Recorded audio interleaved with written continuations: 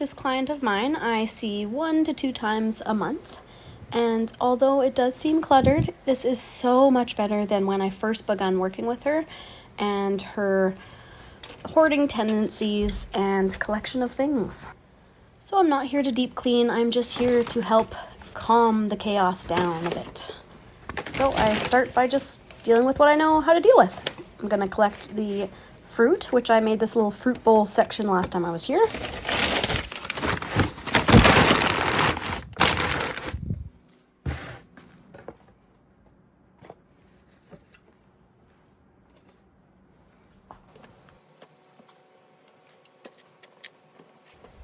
Hoarding tendencies, I'm not going to say a hoarder, but hoarding tendencies typically come from either a learned thing because your parents were also very similar in their attraction to possession of items, or it comes as a trauma response where your sense of security and safety come from belongings. Obviously, there's a lot more to it and a lot more reasons behind why people keep more than they can manage, but I'm no psychiatrist. I just know and understand that feeling of overwhelm.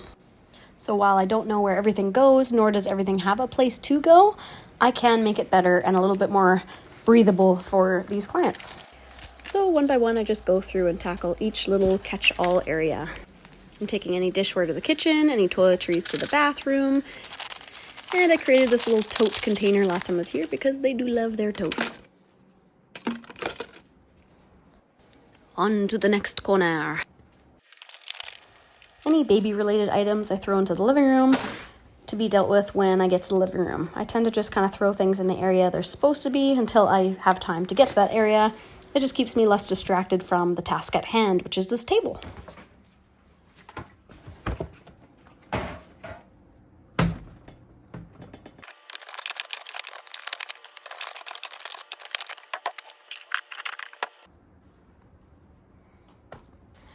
This seems to be the area when you come in the door and you take off your jacket and it gets put down here.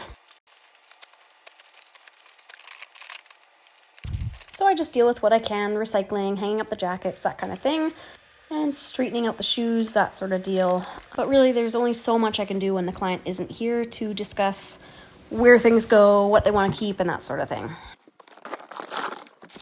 There were 2 boxes with baby toys, so I combined them to one because floor space is needed here. The living room was just straightening out baby books, folding and putting away some laundry, and that was about it. On to the kitchen, voila! And we're onto the floors. This floor doesn't hide anything.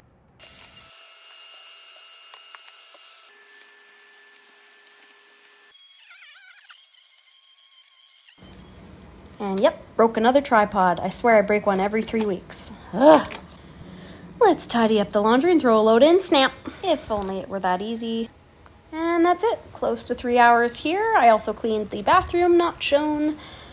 But there is some room on the floor. The living room's straightened out. The kitchen counter is seen. The laundry floor is visible and I'm cooling off my tots.